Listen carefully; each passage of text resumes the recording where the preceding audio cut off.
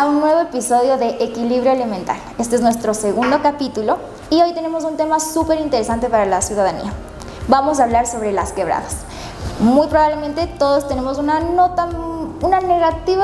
perspectiva negativa de ellas, pero ¿realmente son negativas o no? Hoy tenemos al director de Recursos Naturales de la Secretaría del Ambiente, Carlos Ponce, quien nos va a aclarar todas estas dudas que tenemos. Así que bienvenido, Carlos. Muchas gracias. Y preséntate tú, que te vas a presentar mejor que yo. Así que cuéntanos cuál es tu trabajo. Bueno, como ya lo mencionaste, mi nombre es Carlos Ponce, estoy como director metropolitano de Recursos Naturales. En realidad realizamos varias gestiones en el Distrito Metropolitano de Quito. Considerando que realmente el Distrito Metropolitano de Quito no solamente es la urbanidad, no solamente son las 32 parroquias urbanas, sino también tenemos 33 parroquias rurales, en el cual dentro de ellas tenemos patrimonio natural, tenemos biodiversidad, tenemos cobertura vegetal nativa, tenemos temas de flora, fauna, que son muy importantes para el DMQ, y entre ellas tenemos las quebradas y ríos también, que alimentan a la parte urbana, ¿no? Ok, ahora vamos con la parte de quebradas. Como estábamos hablando antes de empezar la grabación, ¿qué son las quebradas? ¿Qué son? ¿Qué cuidan? ¿Qué protegen? ¿Cómo se dan? Y explícanos, cuéntanos un poquito más de cómo, identificarlas no tanto, pero cómo verlas para saber cuál es su función y qué están haciendo como gestión desde la Secretaría. Perfecto. Bueno, en realidad las quebradas y ríos son accidentes geográficos que tenemos dentro del Distrito Metropolitano de Quito, que va desde la parte alta, de las cuencas altas, es decir, a niveles altitudinales bastante altos, como 4.000 metros de altura, hasta la parte más baja, que son 2.500, hasta en la parte del noroccidente también, que están a partir de los 2.000 metros hasta 1.500 metros de altura, ¿no?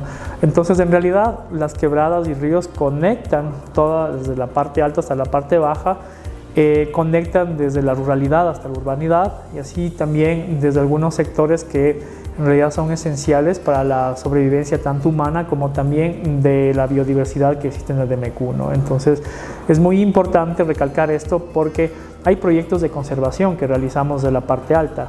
Lo que sí ha faltado un poco es el tratamiento en la parte baja, en la parte urbana, que muchas de las personas lo han tenido para tenerlo como asentamientos irregulares. De igual manera han utilizado para como escombreras, botar escombros, basuras.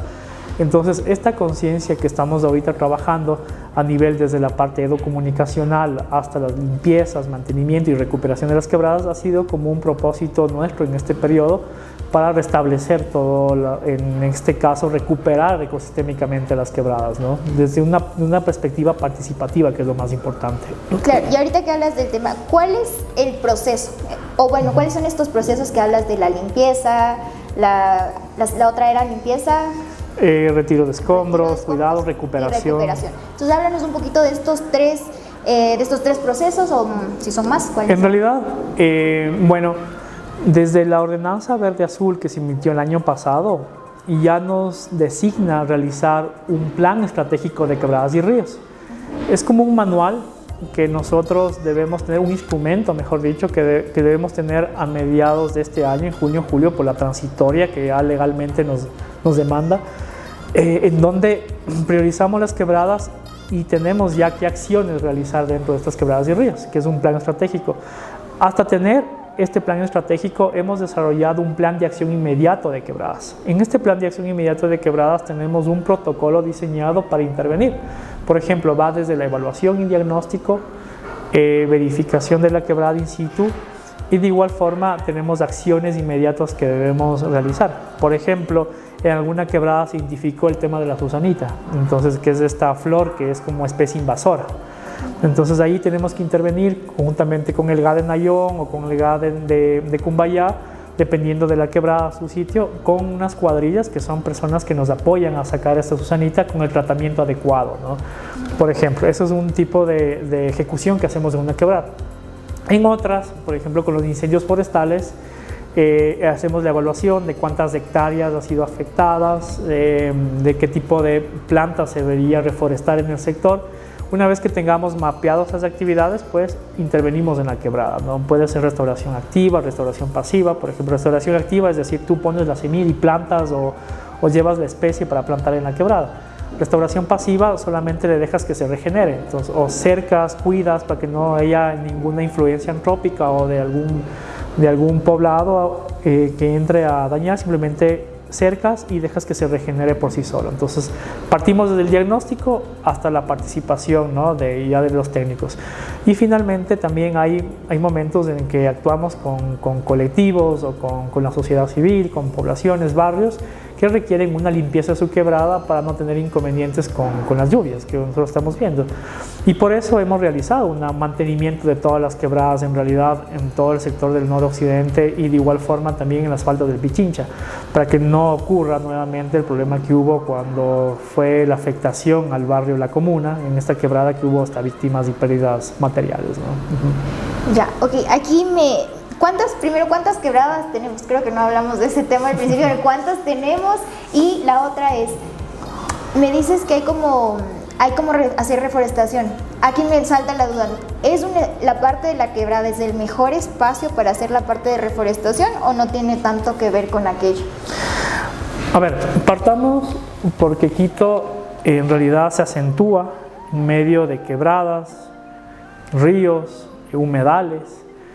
En especial, por ser Quito estar a una altitud considerable, pues obviamente tenemos bastante afluencia de la red hídrica, de todo, en este caso desde páramos hasta ecosistemas bajos, ¿no?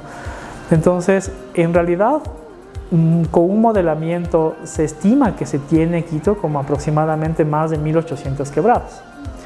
Pero en realidad que estamos nosotros ahorita interviniendo con proyectos desde el diagnóstico hasta las actividades en campo, son aproximadamente 548 quebradas.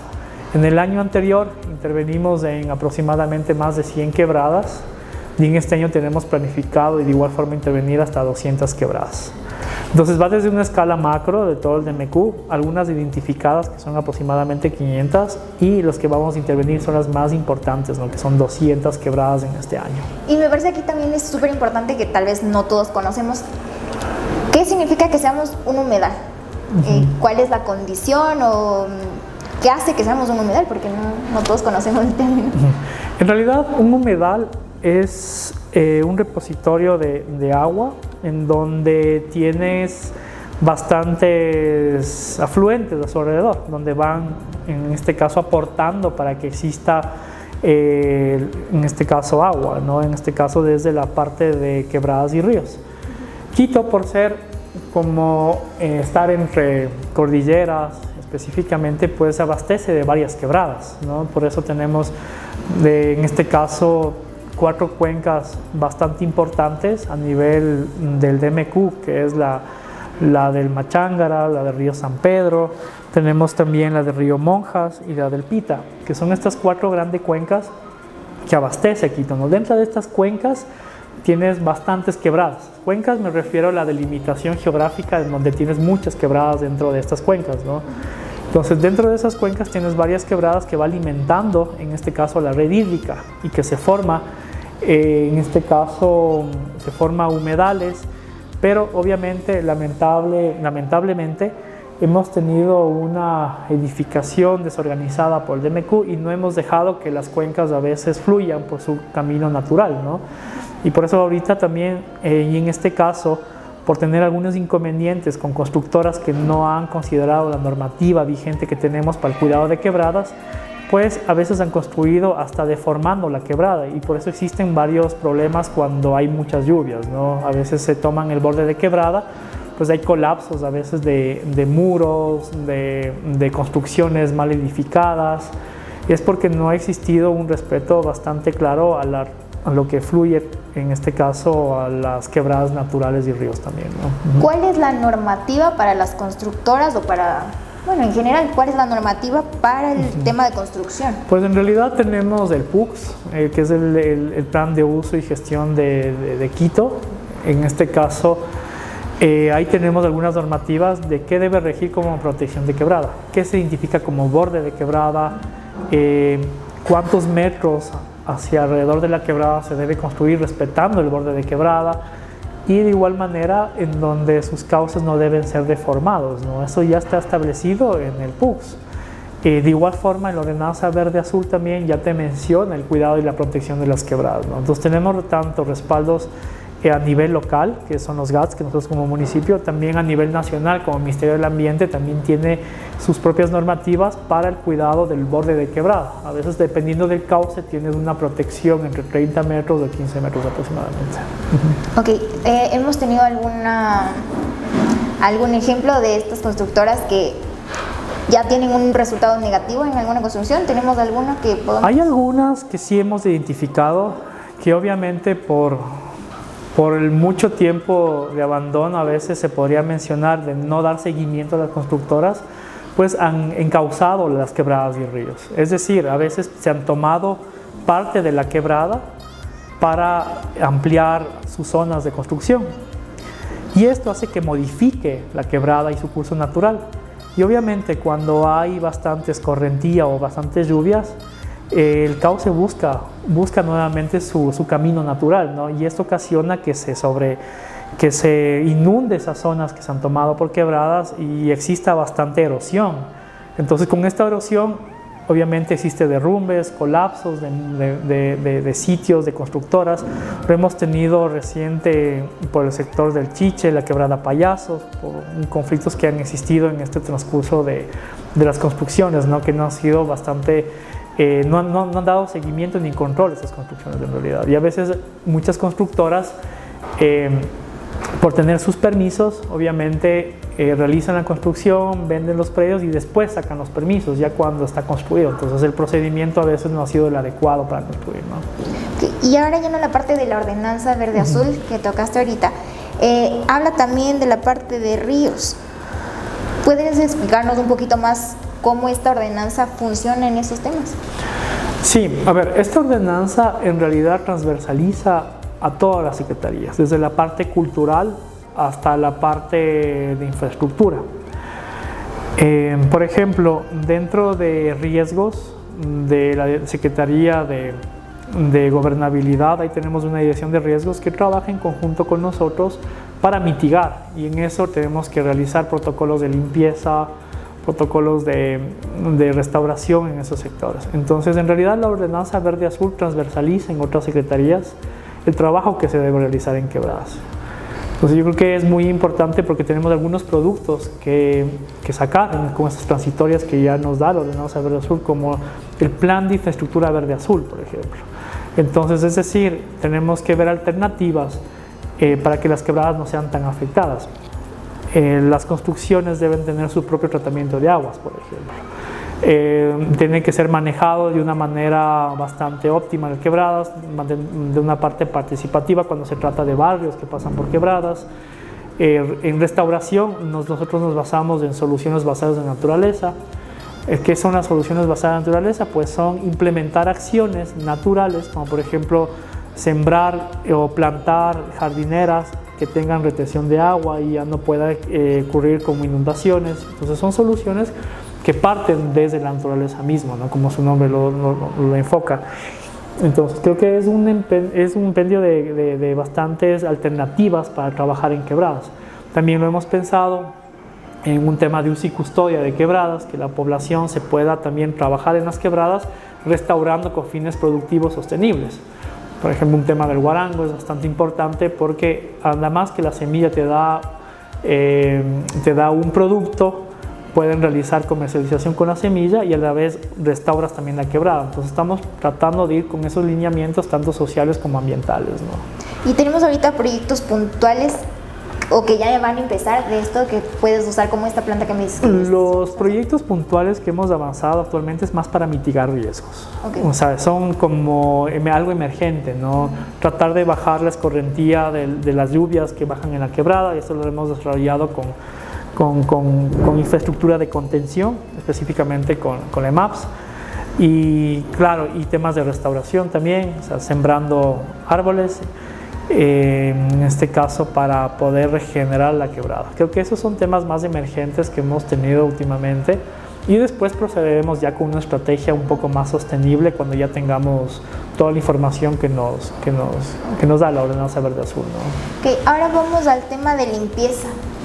¿Cómo se maneja el tema de limpieza de quebradas? ¿Aquí sí participa la ciudadanía o es un tema más de la Secretaría o de los aliados de las otras empresas? ¿Cómo funciona? Bueno, en realidad la limpieza ya es un método de mitigación de riesgos, ¿no? Una vez que limpiamos ya no dejamos que se acumule el agua y baje con fuerza.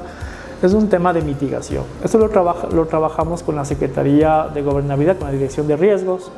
Trabajamos a nivel también de las zonales, con las direcciones, con las administraciones zonales. Trabajamos con la Secretaría de Cultura también, dando talleres de educomunicacionales.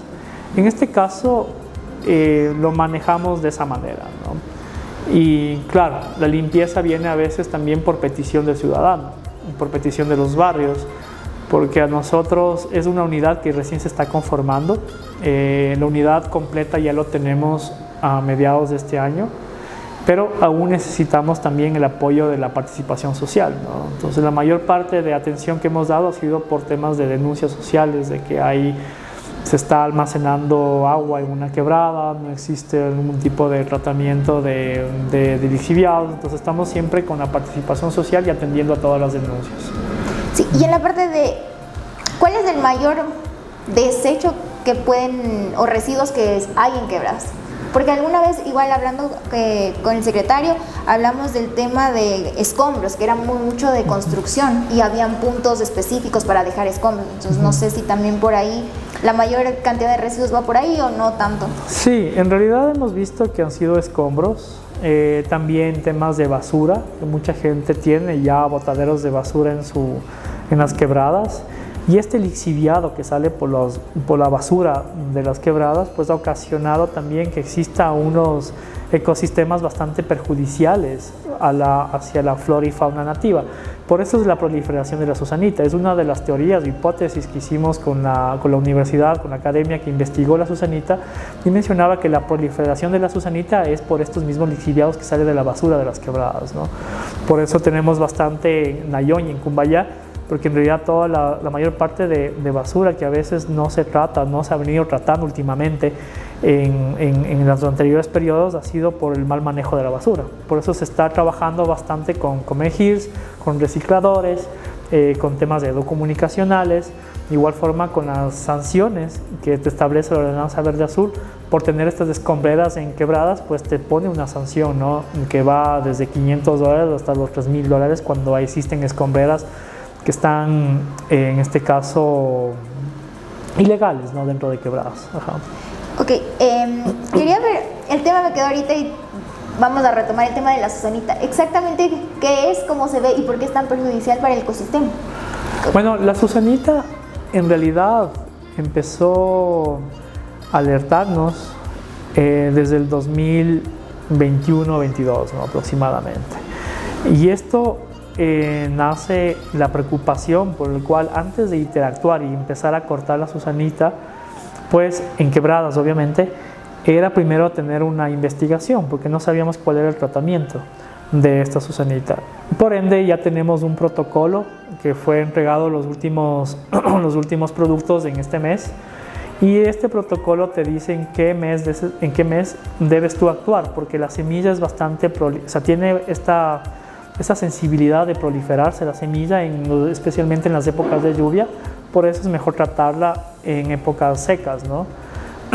Entonces, y ahí te menciona en este estudio de cómo se proliferó, pues era por este mismo hecho de tener los lixiviados en quebradas, una de las hipótesis de que se hace un hábitat para que empiece a proliferar la Susanita.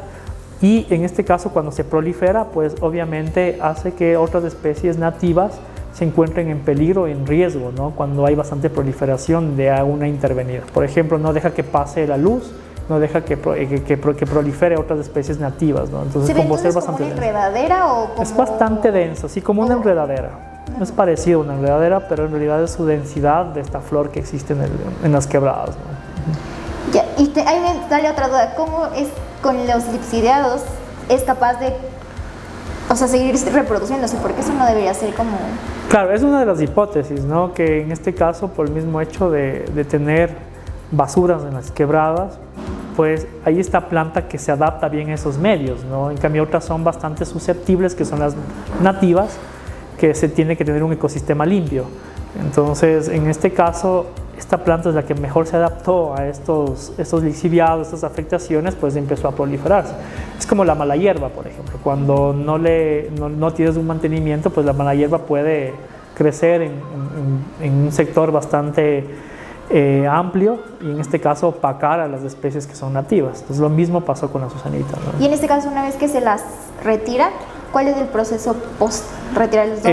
Tenemos dos estrategias claves ahí. Tenemos un cubeto que ya lo trabajamos con Hills, que es en Roje, y de igual forma estamos haciendo el proceso para tener sitios de compostaje, porque es una especie orgánica. Entonces la idea es trabajar con los GATS para que se realice compostaje cuando ya se retire la Susanita, ¿no? Entonces tenemos el tratamiento manual y químico. El manual usas un instrumento que se denomina el palo de Neruda, que es como un gancho que va sacando, y el químico obviamente es con químicos orgánicos, ¿no? O sea, sin afectar a los polinizadores y también manteniendo en consecuencia con la ordenanza del arbolado, que te dice que no se debe utilizar químicos, especialmente algunos que afectan a los polinizadores. Pues así se trata a la Susanita, y esto, una vez que esté tratado in situ, se traslada hacia los cubetos o hacia los sitios de compostaje. Y para los que no estamos tan acostumbrados a las palabras, ¿cuál es el cubeto? Explícanos un poquito. El cubeto es un espacio en donde se reposita algún tipo de basura o intervención, en este caso la Susanita, ¿no? Es más que todo por la cantidad, que no se puede tratar todo en compostaje, pero estamos en ese proceso de ver si todo lo que se retiene en la Susanita, hacerlo más como compostaje y no como un sitio en donde se reposite la Susanita para tratarlo como basura, ¿no? Ya, de acuerdo. Ahora vamos al tema de la educación. ¿Qué campañas se están manejando ahorita de educación desde la Secretaría en el tema de quebradas y ríos? En este caso tenemos la ordenanza verde-azul, dispone de realizar un plan estratégico de educomunicacional, que estamos trabajando ahí obviamente con los comunicadores de la Secretaría para tener este plan. En este plan consta obviamente de varios lineamientos estratégicos, que esto ya lo saldrá en la metodología que se irá proponiendo, ¿no? Pero por el momento hemos estado interviniendo en sectores de barrios, con los Casas Somos, socializando con colectivos. Los colectivos a la vez han socializado dentro de los barrios, en este tema del cuidado de las quebradas, prevención y más que todo en las ordenanzas, porque ha habido bastante desconocimiento de las ordenanzas municipales y no solamente, también en los incentivos, ¿no? Que se puede tener con un buen cuidado de la quebrada, que en realidad es un beneficio para todos, ¿no? Entonces en esa conciencia hemos estado trabajando en estos últimos meses. Okay, ahorita que hablaste nuevamente de las ordenanzas, ahorita el paraguas de todo es la ordenanza verde-azul. Sí. ¿Y cuáles son las más importantes que se deberían socializar bajo este paraguas? Hay algunas que sean por orden de prioridad, no sé cuáles de ellas deberíamos conocer. Bueno, en realidad toda la ordenanza verde-azul es bastante importante porque va concatenado con la parte de la infraestructura y también con los recursos naturales, ¿no? Entonces, pero sí le hemos dado más énfasis a las quebradas y ríos, porque en realidad, a más de la infraestructura, pues debemos tener una buena gestión también dentro de las quebradas, ¿no? Entonces, en este caso hemos hecho bastante intervención en empresas, también en Casa Somos hemos organizado algunas reuniones con algunos colectivos, como ya te comenté, para poder socializar la ordenanza. Y claro, y obviamente trabajamos de la mano con la Agencia Metropolitana de Control para que ellos puedan también mencionar cuál es su interactuar dentro de la ordenanza cuando existan algún inconveniente entre sanciones y multas, cuando boten basura o cuando traten como escombros, ¿no? Okay. ¿Y qué podemos hacer como ciudadanos? ¿Cuál es nuestra responsabilidad o cómo podemos aportar o qué debemos hacer, básicamente? Bueno, es importante como ciudadanos conocer primero que Quito no solamente la infraestructura gris, sino también podemos llegar a una infraestructura verde y azul. tener más conciencia dentro de la parte natural, que Quito no solamente se abastece de recursos importados, sino también tenemos nuestros propios recursos, como por ejemplo las parroquias rurales tienen su producción sostenible, y es más, cuando hubo la pandemia, quien nos sostuvo fueron las parroquias rurales. Entonces es importante que el quiteño urbano conozca que también existe Quito rural, visiten el Quito rural, visiten a las cascadas, visiten a los sitios especialmente de manejo sostenible de fincas, desde Guayabillas, que están a frontera con Imbabura.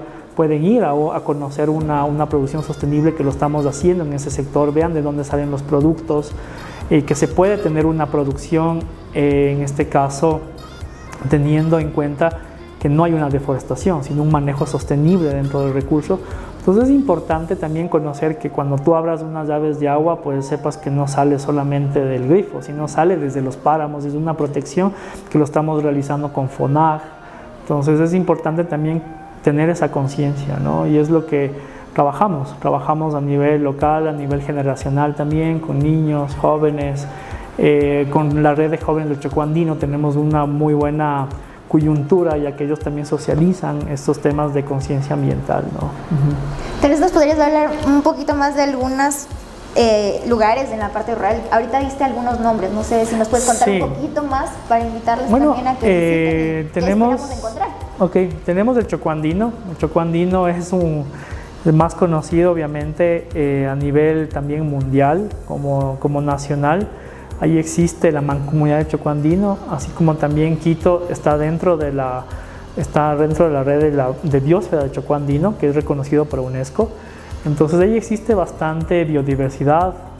De igual forma, con la Mancomunidad se está trabajando en temas productivos sostenibles, en temas de conciencia ambiental, que ya te lo había dicho.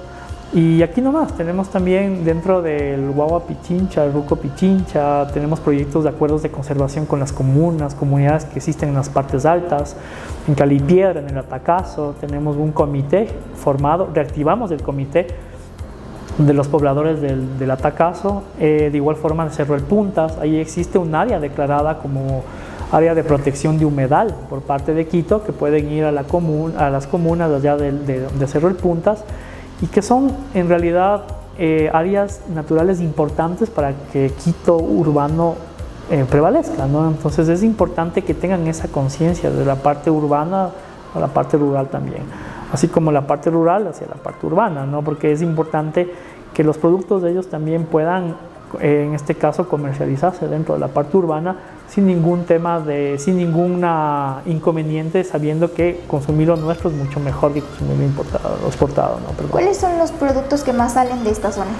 En realidad son bastantes frutales, tenemos lo que son guayabillas, tenemos el tema del saque, tenemos algunos productos frutales que es bastante importante que se abastezca la gente también de aquí, y algunos temas como la papa, por ejemplo. Pero obviamente la papa es mucho más conocida en el Carchi, ¿no? Pero también aquí tenemos una variedad específica que se puede consumir, que no había ningún inconveniente. De acuerdo. Entonces, ya con la invitación hecha, primero pues, agradecerte por habernos dado toda esta información que es muy importante, y agradecerles a ustedes por habernos acompañado en este nuevo episodio. Muchas gracias a la Secretaría y bueno, nos vemos en el siguiente.